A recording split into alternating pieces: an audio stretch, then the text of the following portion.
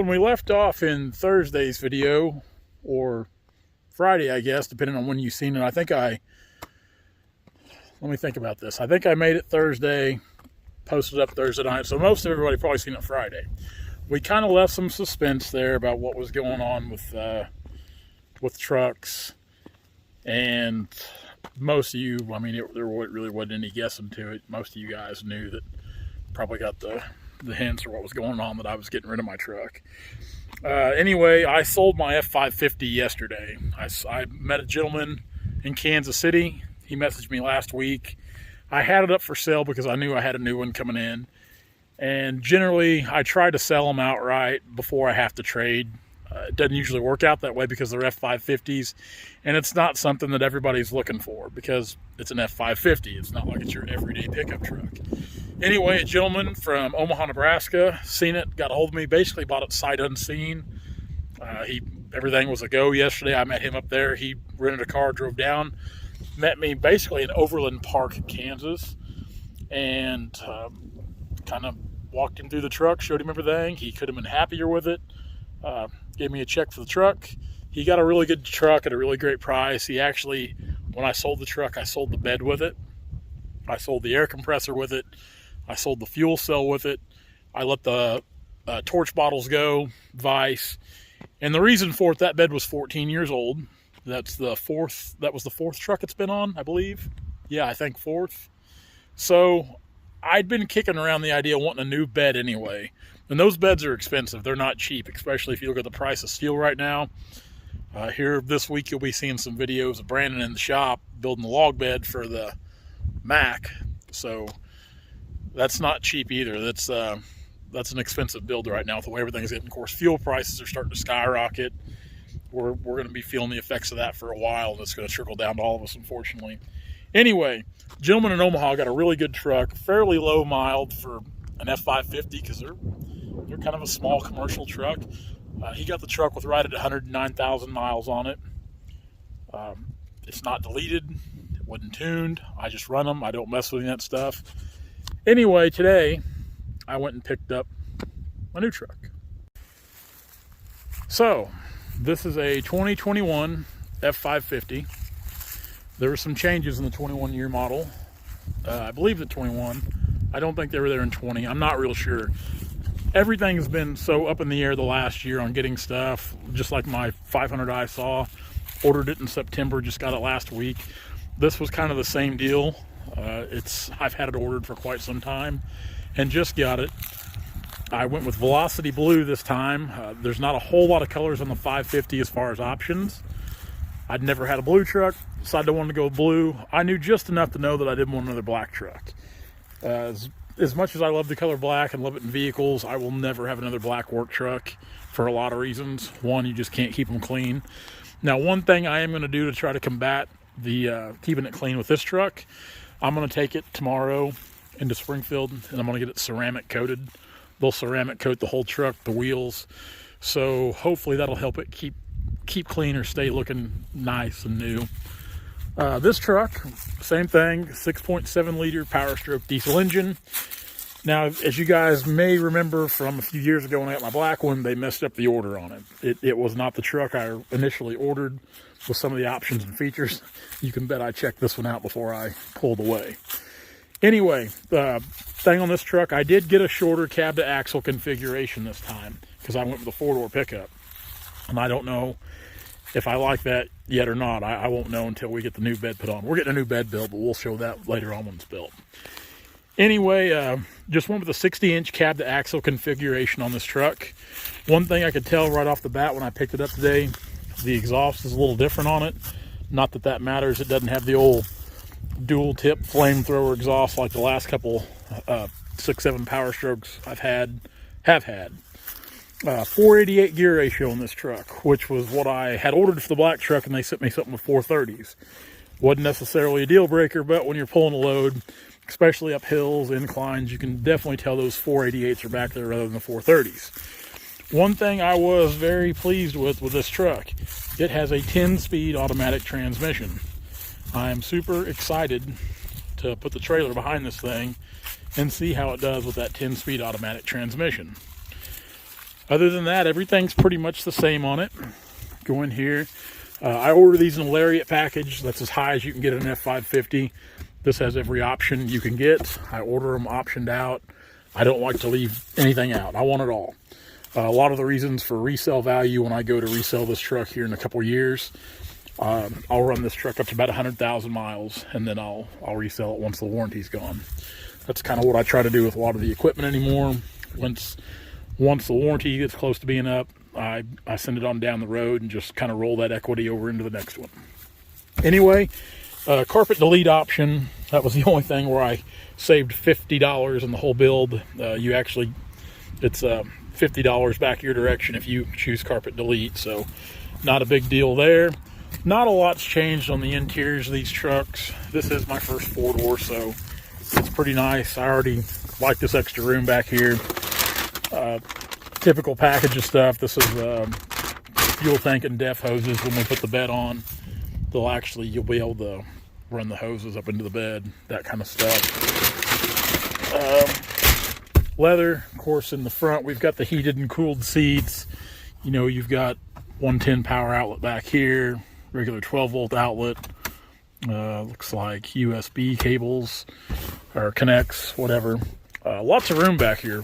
Really surprised all the room they've got. This thing, of course, your seats. I'm not going to get into that, but maybe I am. Maybe I will get into that. Your seats fold up somehow, some way. Yeah, there we go. It's going the wrong direction. And I think under here you got some extra storage, obviously. You got your jack, stuff like that. Like I said, I haven't really took the time to go through a lot of this thing yet. Get on the inside here. Oh, it's still a climb to get up in it. Operator center is still pretty nice. This one does have the navigation. That was one thing I didn't like about the last one. Plug the key in, seat starts to move forward to the position it's remembered at. Turn this on.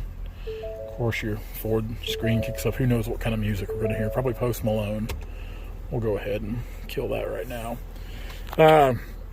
I like having the navigation strictly because we do so much driving and traveling, and I go to a lot of remote places cutting and buying timber. When I take my truck, it's nice. I know this day and age with everything on our phones like we have, you can pull up maps, you can sync your maps, everything right to your screen, but I still like having the added, factory navigation. It just makes things nice. Of course, you can kind of zoom in or you can zoom out, just however you want to do it. Of course, it shows us here at Stockton Lake. I live at Stockton, Missouri, so there's the lake, there's the river, little arrows right where I'm at. Of course, my house, the log yard here. Pretty nice there. I like that. Of course, it is four-wheel drive. I order all these trucks in four-wheel drive option. Not that it matters because they're so heavy. Four-wheel drive. I've literally got these things stuck on wet grass before, so the four-wheel drive is nice, but at the same time, you're definitely not going to go mud bogging or do much off-roading. Power foot pedals, all kinds of lighting here. I'm sure there's things that on this truck I don't know about. Of course, up here you've got a 110 power outlet for the converter. You've got your 12 volt. In here, if it's like my other one, yes, you've got USB connections in there. All kinds of storage. One thing I like right here, got a little hidey hole. Pull that out. Hide stuff in there. Cash, keys, whatever. Slides over. Lots of storage in here. Of course, this comes out, and that's deep. Looks like we've got another 12-volt outlet down there. All kinds of awesome storage. That's one thing I do like about the Fords. They're a lot of room. I think they ride a little better. Like, Dad had that 5500 Dodge for a while, and that thing just beats you to death. Where the Ford, I think the Ford's just a little nicer on the interior. I think the Ford rides a little better. Of course, I've always been just a fan of Ford trucks, Ford vehicles, mainly Ford trucks and Ford Mustangs, not so much the other stuff, but definitely kick that off there. Of course, seat goes back to, I guess, make it easier to get out when you turn the key off there. Kill that, it's making noise. Power sliding back glass, that's an option in the Lariats. Of course, you've got all the buttons here, your auxiliary switches, which My strobe lights will go on the bed. They'll be wired into one of these. We'll actually have on the new bed, I've got some changes coming to it. We'll have some lighting options for some LED lights if we got to do stuff at night, which they'll be kicked in there as well. This is your back glass, because all your lighting here for what I call the dope scopes. You can have them, turn them off completely where you open the doors, they don't come on, which that's usually the feature I have that I like. Up here on the dash, it's much like the other one. Exhaust brake, traction control, hazard lights, brake controller built into the truck, which I really do like that feature that Ford does as well. It's basically the same truck from what I can tell. The thing I was most excited about the most was the 10-speed automatic transmission. But I was definitely excited about that. We'll pop the hood here and take a look under the hood, but it's just jam-packed and stuff with an engine, so there's not much to look at there. Clean, shiny, 6.7 liter Powerstroke diesel, which we've had, you know, other than the little hiccup we had with the black one where the turbo went out. This is the 4th or 5th one we've had now, these 6.7s. We've had good luck with them. I mean, I can't, even though that little hiccup on the last one, I'm still going to go to bat for these 6.7s. They've been good engines for us, for what we do. I can't say that everybody, and a lot of it's preference, a lot of it's your dealer, in which I bought this from a dealer I've never bought before, and I kind of already regret that. I wish I'd have bought it where I bought my last truck, but it was quite a bit cheaper with the other dealer that I bought this one from. So that money definitely, you know, when you're talking thousands of dollars, it definitely adds up. They're still expensive trucks. They're not cheap. The crazy thing is, you can be in this for not much more than you can be in an F-150 Lariat. Maybe some of the options on the F-150 Lariat, it's probably about the same money. So really, I mean, don't get me wrong, the big F-550 diesel is expensive, but you look at some of the half-ton pickups that Ford's coming out with, they've got some half-tons that's upwards of $80,000. So you can spend a lot of money on a truck anymore. But for us, you know, like these trucks like this, aside from having, you know, the bigger trucks like we do, these are pretty crucial to our day-to-day operations. They're nice trucks. If you guys follow me on Instagram, I didn't post this on my Facebook page, but I did post this on my Instagram page yesterday that I was getting, actually, that had come in. It came in about a week and a half ago. So, but I was ready to pick it up last week, but the dealership actually wanted time to get everything in order, I guess. So they tell me, I don't know, doesn't matter to me. I mean, because like I said, we had to build a bed for it anyway. Tipsy's giving it her approval.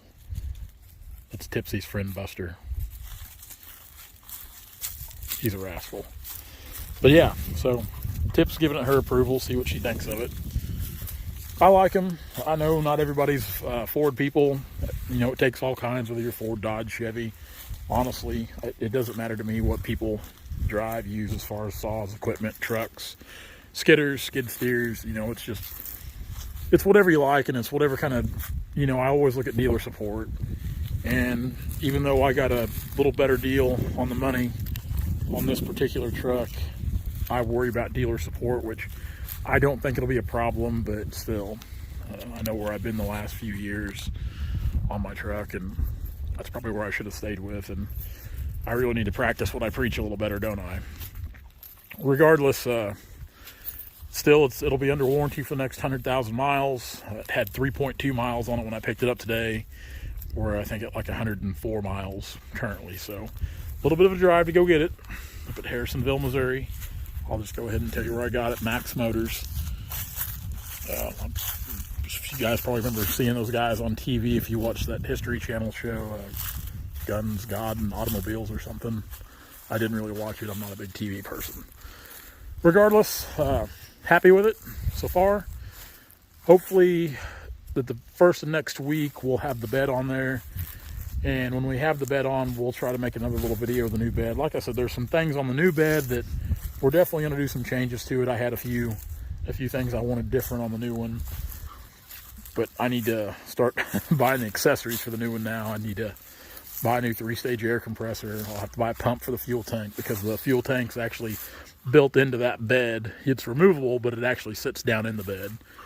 It's a totally custom bed, which the guys that make them, my dad's actually done business with them for years here in Stockton. There's no telling how many truck beds, trailers, things like that Stanley's made my dad, and now Stanley's son Destry and I, we've been good friends for several years, and now Destry's running it, and Destry's, you know, doing stuff for me. So it just kind of, it's nice to keep it in that aspect. They make a really, really good bed.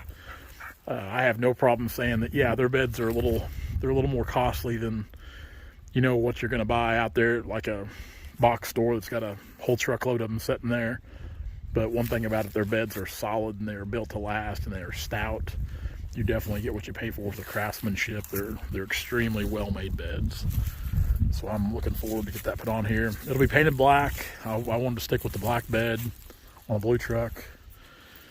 But, so, that's the F-550, 2021, all that stuff. The way they talk, they're not really going to do any kind of changes on the 2022s. They'll be about the same. The one thing I did notice about the body, the grill's different in this one. That's really the only thing you'll notice. And I think the cab lights, if you look at the cab lights, they're kind of like those Euro style cab lights. Or that's what we called them when I was in high school, Euro lights, the clear lenses instead of the ambers. They'll still be amber in color, but the lenses are just clear. So pretty much same truck, just kind of starting from scratch again.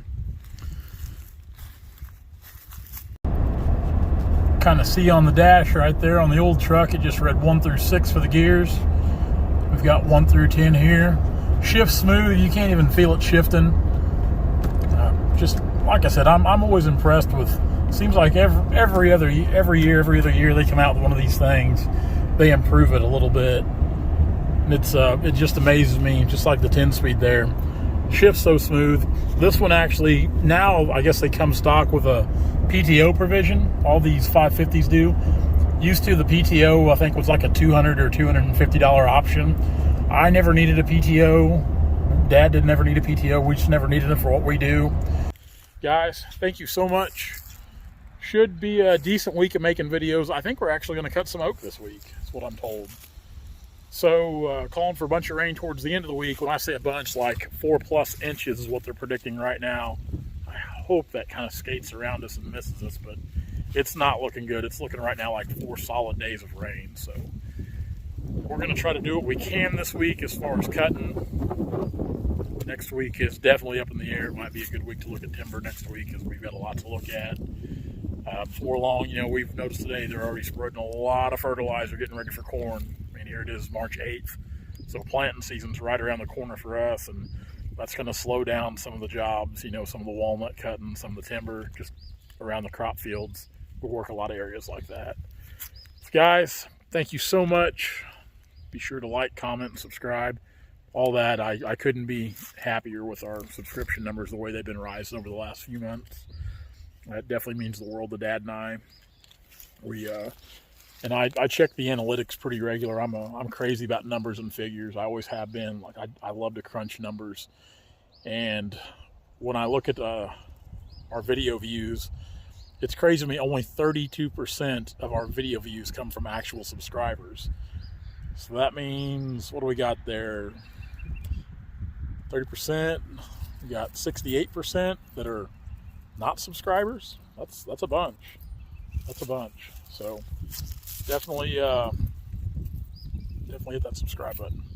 Guys, I greatly appreciate it. We'll see you tomorrow. Hey guys, if you like what you see, be sure to like, comment, and subscribe to our channel for all of our latest videos.